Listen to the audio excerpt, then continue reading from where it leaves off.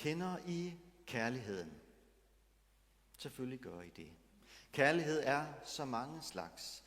Den første kærlighed, de fleste af os mødte, det var den kærlighed, vores forældre havde til os, og måske vores bedste forældre havde til os. Der lærte vi, hvad kærlighed er, også selvom vi på mange måder tog den for givet. Og skulle vi ikke have haft sådan et hjem, der var fuld af kærlighed, ja, så mødte vi måske andre, der havde kærlighed til os. En lærer, en spejderleder eller andre, en ven, som viste os kærlighed. Kærlighed er også det, som jeg så i går, da jeg havde bryllup her. Og bruden gik ind, og alle rejste sig op, og han stod deroppe og ventede på hende. Og begges ansigter strålede. Eller kærlighed er der, hvor man har været sammen i 25 år eller i 50 år, og der holder endnu. Kærligheden er der stadig, hvor kisten står her i kirken, og vi tager afsked. Kærligheden er blevet hjemløs der, men den er der. Og der er også den kærlighed, vi så ofte taler om her i kirken, nemlig næstekærligheden. Det er, at vi ikke skal se et andet menneske som bare en, vi møder, men som en, der skal have vores omsorg. Det er ikke det samme, som vi skal synes om alle mennesker, men vi skal elske alle mennesker i gode gerninger. Jesus taler om, at den kærlighed, den skal selv gå til dem, der er vores fjender. Selv Aarhus Kommune er med på dette med kærligheden og har et slagord, der hedder Kærlig Kommune, inden for i hvert fald sundhed og omsorg. Og man kan godt spørge sig selv, om det nu ikke er for meget, altså ligefrem kærlighed på plejehjemmet. Er det det, som de mennesker, der er ansat der, skal vise? Ja, det giver god mening, hvis man forstår det på den måde, man ikke nødvendigvis skal bryde sig om andre, alle dem man møder, og man skal pleje, men vise kærlige gerninger for dem. Det er pinse. Og pinsen, den handler om Guds kærlighed. Men pinsen er alligevel ikke sådan for greb om. Julen, den er til at forstå.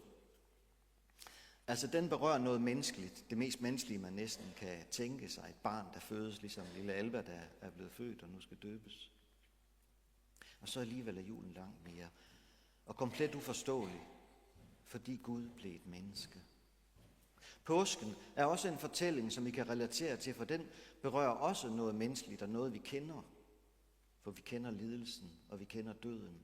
Kristus døde på korset, som vi skal dø. Og så alligevel er det noget, der overgår al forstand, for Kristus stod op igen og blev levende. Men hvad med pinsen? Hvad er pinse? Jo, vi har hørt en fortælling om det på mange forskellige sprog, sådan som det også lød pinsedag. Men kan vi relatere til det, der stod? Det er alt sammen så overmenneskeligt, så luftigt. Men de ord, jeg læste i evangeliet heroppe, de hjælper os på vej. For der er et ord der nævnes ikke bare 1 eller 3, men 5 gange, og det er ordet elske. Og når Jesus taler sådan til allersidst i evangeliet, jeg læste, og han siger, den, der elsker mig, vil holde fast ved mit ord, og min fader vil elske ham, og han skal komme til ham, og vi skal komme til ham og tage bolig hos ham. Så handler det om, at pinsen er Guds kærlighed, der tager bolig hos os. Pinsen er altså, at Guds kærlighed ikke var bundet til noget, der skete for 2000 år siden, hvor Jesus levede, blev født, døde og opstod. Men pinsen er, at Guds kærlighed, den er evig. Den er lige så tæt ved os, som den var ved den dengang. Ja, så tæt, at faderen og sønnen vil tage bolig hos os, som noget, der er i os, lige så tæt, som en brud og en brudgom er ved hinanden, når de siger hinanden deres ja. Men har vi derved alligevel forstået, hvad kærligheden er? Lad os lige gå tilbage til bruden og brudgommen. Hvis han erklærer hende sin kærlighed og siger, vil du giftes med mig? Ja, så hjælper det jo ikke noget, hvis hun siger, jeg skal lige forstå det her. Så har hun misforstået det hele. Altså, synes du, jeg er et eller andet særlig smuk, særlig god? Det er ikke sikkert, hun er nogen af delene. Det kan også være, hun er det. Men for ham er hun den eneste ene. Og han så siger til hende, det er ikke fordi noget, men bare fordi du er dig. så skal hun slet ikke forstå det her. Hun skal bare kaste sig i hans arme og sige ja. Og så ved de godt, hvad kærlighed er, selvom de ikke rigtig har ord for det. Og sådan er det med Guds kærlighed. Det er på en måde det, vi ikke har ord for, det som sker her i pinsen. Det, som ordene slet ikke kan rumme. Det er på en måde sådan, at hvis vi vil forklare det, så har vi misforstået det hele. Det er Gud, der frier til os og siger, vil du have min kærlighed? Og den, der siger ja og befaler sit liv i Guds arme og varetægt, ved, hvad Guds kærlighed er. Når Jesus i evangeliet i dag siger sådan, det jeg læste før, den, der elsker mig, vil holde fast ved mit ord, og min far vil elske ham, og vi skal komme til ham og tage bolig hos ham. Så handler det om dette. At Guds ånd og Guds kærlighed vil tage bolig i os. Være så tæt på os som i de tætteste forhold i kærlighedens relation. Og det er også det, Jesus mener, når han siger også i evangeliet, jeg vil ikke efterlade jer faderløse, jeg kommer til jer. Som en far elsker sit barn, så tæt vil han være hos os. Og når han det andet sted siger, fred efterlader jeg jer, fred giver jeg jer, jeg giver jer ikke, som verden giver. Så er det Guds barnets erfaring af, hvad Guds kærlighed gør ved os. Så hvad er pinse? Pinse er ikke en forklaring af Guds kærlighed. Det er snarere en erfaring af Guds kærlighed. Det er en erfaring af, at Gud kommer til mig, og han er min, og jeg er hans. Det er noget, der kan sanses. Lad os prøve at gå videre til pinseberetningen og se, hvordan der hele pinseretningen er sansninger af det her, af at Guds kærlighed er blandt mennesker. Først siges der i pinseberetningen, og med et kom der fra himlen en lyd, som er et kraftigt vindstød. Og det fyldte hele huset, hvor de sad, som er et kraftigt vindstød. Pinsen er altså som vinden. Jeg kommer til at tænke på en sommerdag for mange år siden. Jeg gik ved Vesterhavet med en lille pige i min hånd. Det var dejligt, der var varme i sandet, og vi gik der. Der kom en lille sval vind ude fra havet af og smøg sig om vores ben og vores krop. Så siger hun, pigen til mig, hvor kommer vinden fra? Og jeg tænker på at begynde at fortælle hende om højtryk og lavtryk og alle den slags ting, og give en lille foredrag om den slags, men så siger jeg bare til hende, da hun igen siger mig, far, hvor kommer vinden fra? Så siger jeg, kan du ikke mærke den? Jo, det kunne man godt. Det må være nok. Så når vi ikke ved, hvad pinsen er, så lad os gå ud og mærke vinden, som den er senere på dagen i dag. Ikke koldt, som den var i morges, men her midt på dagen, hvor vi sidder på terrassen og nyder det, og der kommer en sval vind. Og tænke på, sådan er Gud. Det er Guds Helligånd, der blæser på os. Lad os gå lidt videre i pinseberetningen. Der står sådan, hvis vi læser videre, og tunger, som er ild, viste sig for dem. Ild. Pinsen er som ild. Pinsen er solens ild, der varmer os i disse dage. Pinsen er ilden, som ilden ved et bål, hvor man sidder om aftenen og mærker ilden og lyset.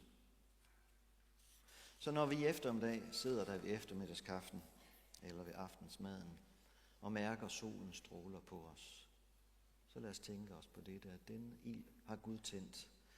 Og den ild er endnu iblandt os. Ja, den lyser på os hver eneste dag. Og sådan er Helligånden iblandt os med sit lys. Der står også i evangeliet sådan, de bliver alle fyldt af Helligånden, og de begyndte at tale på andre tungemål, alt efter hvad ånden en gav dem at sige. Pinsen er ord, siges der her. Ord kan være knastørre. Så hvis man læser en lærebog og tænker, det her, det kommer jeg, men sanden aldrig igen. Men man skal. Eller ord kan også være knastørre her fra den her prædikestol, hvis det ikke lykkedes præsten at tale fra hjerte til hjerte, så det har en betydning. Men ord kan også være levende, og ikke mindst da, når de tales på vores eget modersmål, som vi hørte det før. Ord kan være levende, så de maler et maleri, eller ord kan være levende, så de maler Gud for os, så vi forstår, at her er noget større, som vi må relatere os til. Og når vi hører ord, der rører ved vores hjerte, så lad os tænke på, at det ord kommer fra Gud. At det er Guds egen søn, der tales for os. Og den dag, da de hørte det første gang i pinsen, der står der, at det berørte deres hjerte, og at tusinder blev døbt. Sådan er pinsen, lad os sammenfatte. Det er kærlighed fra Gud, intet mindre. Det er julen og påsken i et, der kommer til os, som ikke bare er bundet om til det, der var engang, men er lige midt i blandt os. Det er den kærlighed, der smyger sig om os som en sommervind, der er brændende som en ild, men først og sidst handler om et ord, der når os, om Jesus Kristus, der blev menneske og døde og opstod for os, så det skaber tro i vores hjerter. Til sidst, mangeårig journalist Ulla Terkelsen på TV2 gav for en uge siden et interview i anledning af, at hun den her uge er fyldt 80. Hun er på mange måder en moderne kvinde.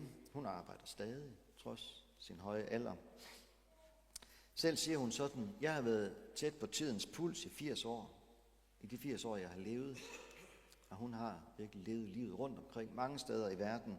Hun er ikke medlem af Folkekirken. Fordi hun tror ikke på det der med en organiseret tro, men en tro har hun alligevel. Overskriften på artiklen lød sådan, livet er et kaos. Og Ulla Terkelsen boltrer sig i os. Livet er kaos. Ja, nok mere for nogen end for andre. Og så alligevel berøres vi under tiden af det kaos, som livet er, alle sammen. Og så siger hun sådan, men ind i det kaos er der alligevel én ting, som er det konstante, og som ikke ændrer sig. Og så siger hun, intet var evigt, kun Guds kærlighed. Intet var evigt, kun Guds kærlighed. Det er godt sagt. Hvor alt andet flyder for os mennesker. Hvor intet var evigt, fordi også vi skal dø. Hvor der er omskiftelser, der er der liv én ting, som vi må tro på er det konstante, det der var ved og som varer evigt, nemlig Guds kærlighed.